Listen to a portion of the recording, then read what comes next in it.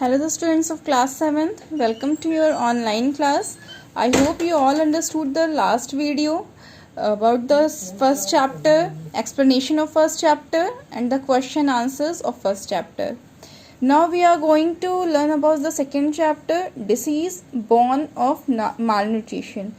What is malnutrition? Firstly we are going to learn the meaning of malnutrition. ये malnutrition है क्या? The meaning of mal is कमी और किसी चीज़ की अधिकता एंड द न्यूट्रिशन इज पोषक तत्व. तो माल न्यूट्रिशन का मतलब हुआ पोषक तत्व की कमी या फिर उसकी अधिकता. There is a need of balance diet in order to keep the body in a sound state of health. यानी कि हमारे शरीर में बैलेंस डाइट की एक बहुत ज़्यादा आवश्यकता होती है, बहुत ज़्यादा ज़रूरी है बैलेंस डाइट हमारे शरीर को स्वस्थ रखने के लिए. Malnutrition is widely prevalent in our country. Its worst impact can be witnessed in the form of increased child mortality, handicap and disabilities, and even death in several cases. Now, malnutrition इस time हमारे पूरे country में बहुत ही ज़्यादा, बहुत ही rapidly वे में बढ़ रहा है. इसका सबसे बुरा इम्पैक्ट हम देख रहे हैं आज का इस जनरेशन के बच्चों में, जो बहुत ही बुरी तरीके से फैल रहा है. उनमें मेंटल प्रॉब्लम हो रही है, कोई फिज़िकली हैंडीकैप हो रहा है, तो किसी के हाथ में प्रॉब्लम है, किसी के पैर में प्रॉब्लम है, फिज़िकली अनफिट हैं. इवन सच के कुछ टाइम तो हम इसके वजह से माल न्यूट्रिशन लाइक जिसको हम कुपोषण कहते हैं, इसके वजह से हम डेथ केसेस भी सुनने में आ रहे हैं. There can be two kind of malnutrition under below. यहाँ पे हम माल न्यूट्रिशन को दो तरीके से जान सकते हैं, दो तरीके से इसको हम पढ़ सकते हैं. First is under mall nutrition, second is over malnutrition. Under mall nutrition जब हमारे शरीर में पोषक तत्व की कमी हो जाती है, लाइक कैलोरीज की कमी हो जाती है, कैल्शियम की कमी हो जाती है, तो वो हमारा शरीर अंडर माल न्यूट्रिशन में आता है. Second is over mall nutrition. जब हमारे शरीर में पोषक तत्व की अधिकता हो जाती है, हमारे शरीर में बहुत एक्सेस हो जाती है पोषक तत्व की, तो वो किस में आ जाते हैं, हमारे किस श्रेणी में आता है, ओवर माल न्यूट्रिशन में. Now diseases due to malnutrition, यानी कि माल न्यूट्रिशन की वजह से होने वाले diseases. Deficiency of protein, protein की कमी से होने वाले डिसीजेज.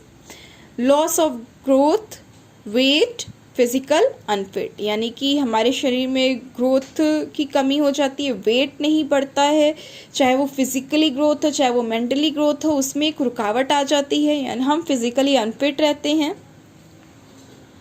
Deficiency of carbohydrate.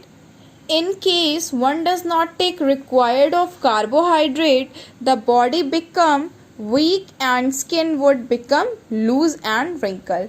अगर कोई एक व्यक्ति प्रॉपर क्वांटिटी में कार्बोहाइड्रेट को नहीं लेता है तो उसकी बॉडी वीक हो जाती है और जो उसकी स्किन होती हैं वो लूज़ हो जाती है और रिंकल्स पड़ जाते हैं. Second, deficiency of vitamins. अब वाइटामिन की कमी से होने वाले डिसीजेज.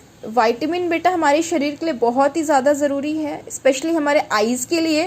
वाइटामिन्स की कमी से हमारी आई प्रॉब्लम बहुत ही ज़्यादा बढ़ जाती है और इस जनरेशन में आप देख ही रहे हो आई प्रॉब्लम, चाहे वो बच्चे हों, चाहे वो बूढ़े हों, चाहे यंगस्टर्स हों, सबको आई प्रॉब्लम हो रही है. तो प्लीज़ आप एक प्रॉपर अमाउंट में वाइटामिन्स को लेते रहिए. Vitamin help a body keeping disease away. Vitamin क्या करता है, हमारी बॉडी को रोग से लड़ने की क्षमता प्रदान करता है, हमारे रोगों से लड़ता है. इससे की कमी से बहुत सी डिसीजेस होते हैं like scurvy, rickets, reproductive capacity has been weak. Deficiency of mineral. अब मिनरल की कमी से होने वाले रोग. The mineral contribute a relatively small amount of body tissue. यानी कि जो मिनरल है वो हमारे शरीर में और पोषक तत्व और न्यूट्रिशन की कंपैरिजन में इसका कंट्रीब्यूशन कम होता है, इसकी हेल्प से हम अपने बॉडी के टिश्यूज़ जो होते हैं उसको रिलीज़ करते हैं, but they are essential for many important work. But mineral हमारे शरीर में बहुत से फंक्शंस को करने के लिए, को अच्छे तरीके से स्टार्ट करने के लिए और उसको अच्छे तरीके से बनाए रखने के लिए काम करता है।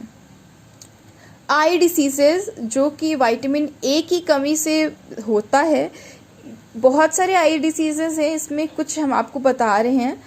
फर्स्ट इज़ नाइट ब्लाइंडनेस, यानी कि जिसको हम रतौंधी के नाम से जानते हैं। शाम होते ही जैसे जैसे दिन ढलता है हमारे आँखों की देखने की क्षमता भी कम होने लगती है। Second is xerophthalmia, the cornea of eye become swollen, यानी कि इसमें क्या होता है, जो हमारी जो कॉर्निया होती है उसमें स्वेलिंग आ जाती है, जिससे कि हमें अपने आईज़ को बंद करने खोलने में बहुत प्रॉब्लम होती है। हमारी आँखों में जलन होने लगती है, पूरी आँख लाल पड़ जाती है और पूरे टाइम आईज़ में इचिंग रहती है। अगर लाइट डिम होती है तो हमारी आँख में बहुत जल्दी इफ़ेक्ट पड़ जाता है इसका। हाई होती है तब भी बहुत जल्दी इफ़ेक्ट पड़ जाता है। हमारी आईज़ बहुत ही सेंसिटिव वर्क करती हैं। Third is xerosis conjunctiva, eyes start feeling burning and itching and the eyelids become swollen, the eye will become sensitive। इसमें क्या होता है, हमारी जो आईज़ होती हैं उसमें बर्निंग यानी कि जलन होने लगती है, खुजली होने लगती है, और जो हमारी आईलिड्स होती हैं उसमें स्वेलिंग आ जाती है, जिसकी वजह से क्या होता है, हमारी आईज़ में स्वेलिंग आ जाती है, पूरे टाइम हमें इरिटेशन होती रहती है। क्योंकि आप जानते हैं जो हमारी आईज़ होती है वो बहुत ही ज़्यादा डेलिकेटिक ऑर्गन है और इसे बहुत ही ज़्यादा सावधानी से हमें रखना चाहिए। आप इसके लिए यही कर सकते हो कि आपकी आईज़ में जब भी कोई प्रॉब्लम हो तो उसको आप अपने आईज़ को आप साफ़ और ठंडे पानी से इसमें हल्के हल्के छींटे डालते रहिए, जिससे कि आपकी आई प्रॉब्लम जो रहेगी वो थोड़ी मतलब दूर रहेगी। Skin diseases, eczema first and second is itching. Eczema आप जानते हो कि हमारे शरीर में जब इसी एक फंगल इन्फेक्शन की वजह से होता है, और ये एक रिंग वॉर्म जो होता है वो एक रिंग की तरह यानी गोला होता है, और ये छोटे छोटे छोटे छोटे यहाँ पे फंगल्स रहते हैं जो कि हमारे गंदगी में रहने की वजह से होते हैं, या फिर कोई एलर्जी हो जाती है हमारे शरीर में तो इसके वजह से ये स्किन डिसीज़ होता है। सेकेंड इज़ इचिंग, हमारे शरीर में जब बहुत खुजली होती है तो उसे हम इचिंग कहते हैं। अगर आपको स्किन डिसीज़ हो तो आप यही कर सकते हो कि आप अपने पानी में थोड़ा सा नमक डाल के नहाइए, और जितनी जल्दी हो सके आप जाकर किसी अच्छे स्किन डॉक्टर से कंसल्ट करिए। नाउ वी आर हमारा ये जो चैप्टर 2 है उसका एक्सप्लेनेशन ख़त्म हो गया है, and I hope you all worst understood the chapter. If you have any problem regarding this chapter, please ask to me. I will solve all your problems. Okay, next video I will give you the question answer of this chapter. Okay, thank you students.